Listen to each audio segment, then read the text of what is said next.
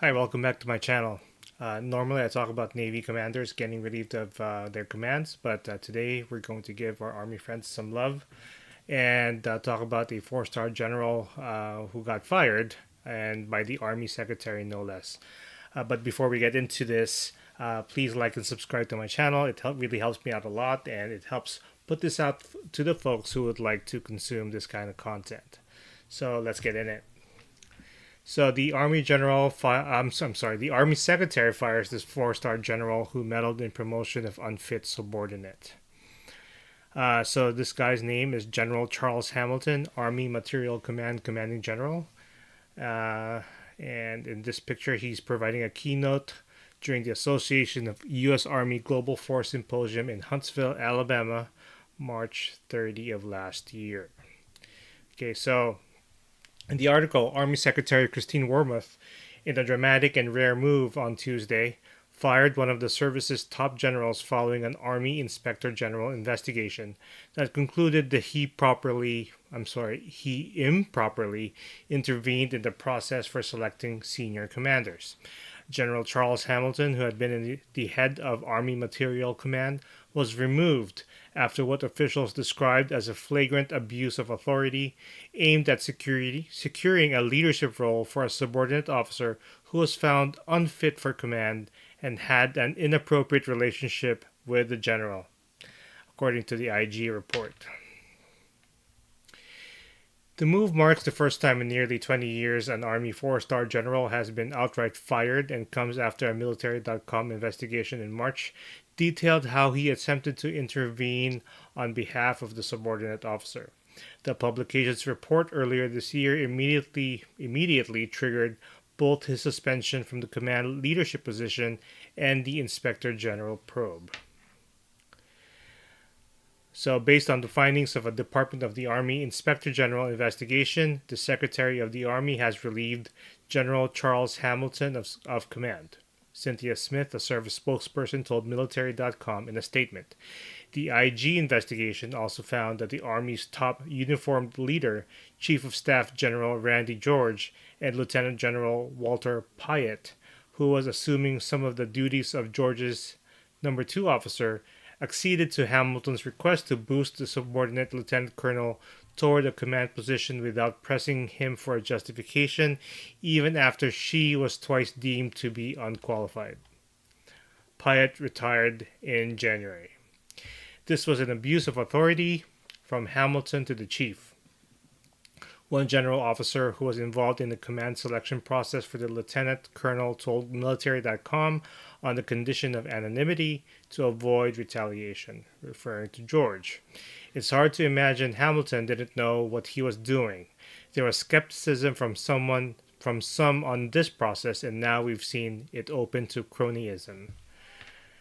We had a renegade general, but I'm more disappointed that the highest levels of the chain of command let this happen without asking questions, the general officer said.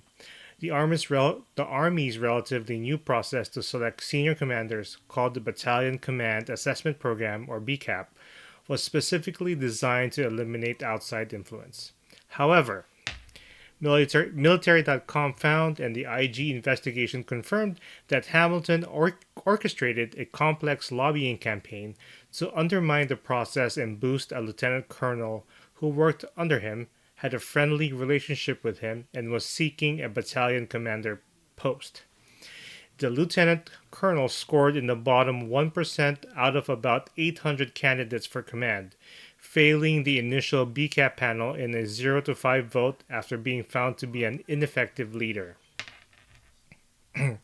After his subordinate failed the BCAP assessment, Hamilton sought and was successful in getting her an unusual second consideration by the panel, a situation that has never happened in the program's history since it began in 2019, aside from instances involving technical or administrative snafus. Military.com is withholding the name of the subordinate lieutenant colonel because it found no evidence of wrongdoing on her part, although the Army's Inspector General report says she downplayed her relationship with Hamilton when interviewed by investigators. She also failed her second attempt but was placed on the list for command anyway, alongside other candidates who passed the program.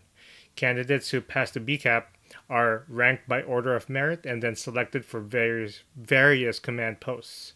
Hamilton's subordinate was placed on the command selection list at the behest of George, who oversees the BCAP program. She was removed from the command selection list by Wormuth only after military.com's reporting. So let's talk about his lobbying campaign for his subordinate. So the BCAP includes a series of assessments of a lieutenant colonel's command potential, including a physical fitness test, appraisals of communication skills, a blind interview with a panel of 5 randomly chosen generals, and a psychological evaluation akin to those done for special operations candidates. To avoid bias, panel members are provided minimal details about the candidates and conduct the interview with the applicant concealed behind a curtain. Adding another layer of impartiality, the generals are selected only hours before the panel to prevent any lobbying efforts.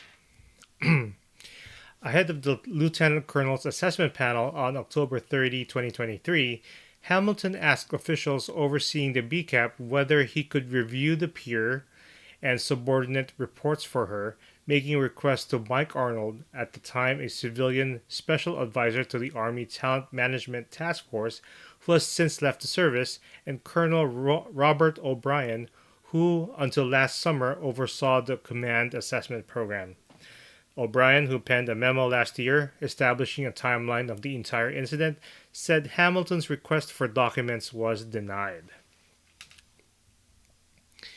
Hamilton felt the lieutenant colonel received poor treatment in some of her previous assignments that could have colored her assessments. He asked to personally view her panel interview, a request that has never been made before, according to Army Inspector General investigators. Generals are frequently invited to the BCAP to see the process and commonly watch the panels for high and low performers, but those generals do not select candidates they view, and Hamilton never expressed interest in viewing other candidates, the IG report noted. Ahead of the first panel, Hamilton contacted one of the BCAP staffers to discuss which generals would be on the lieutenant colonel's review panel, the IG found, although he denied having done so when interviewed by investigators. The lieutenant colonel bombed the panel, something Hamilton blamed on the psychologist's presentation to panel members, arguing it was inappropriate and set her up for failure. It's unclear what the psychologist's presentation on the women entailed, and the Army IG's report did not note any specific grievances Hamilton had with those findings. The psychologists on the panel have worked in that field for at least a decade and previously dealt with special operations. Hamilton immediately asked for a repanel, which was granted by O'Brien solely based on the request. Hamilton then called at least 4 generals who were on deck to panel the BCAP candidates. They included Major General Jeth Ray, Major General Trevor Bredenkamp, and Major General Hope Rampey. In those conversations, Hamilton asked them about voting philosophies and the BCAP process. That contact was reported to BCAP officials, with some of the generals saying Hamilton told them something to the effect that they might be grading someone he knew, a move Army investigators found to be him leveraging his rank. The lieutenant colonel then failed the second panel. General Hamilton's action appeared focused on excusing the women's low rating at BCAP rather than identifying systemic issues with BCAP. At no point in his interview with Army investigators did General Hamilton talk about her performance, potential, or why she was qualified to be a battalion commander, the Army Inspector General wrote in the investigative report. Candidates who fail the BCAP are required to wait a year before a repanel, but the Lieutenant Colonel's second panel happened within just 2 days. Hamilton sought to get an exemption to that policy for her, first having her email him letters of recommendation. The two communicated almost exclusively through private email accounts, making obtaining records either by the press or Army investigators virtually impossible without their consent. Hamilton then went to George in early November of last year, about a week after the second panel. He emailed George that the lieutenant colonel was not allowed to compete on an equal playing field, but was scant on specifics on what led him to that conclusion. Friendly relationship. So our investigation found a preponderance of evidence to support the finding that General Hamilton and the Lieutenant Colonel shared a prohibited relationship that caused an actual or perceived partiality or unfairness, according to the IG report. Despite all the circumstantial evidence, we were unable to determine conclusively that General Hamilton and the Lieutenant Colonel were involved in a sexual relationship. Fraternization, right? So both of them downplayed their relationship to investigators, according to the IG.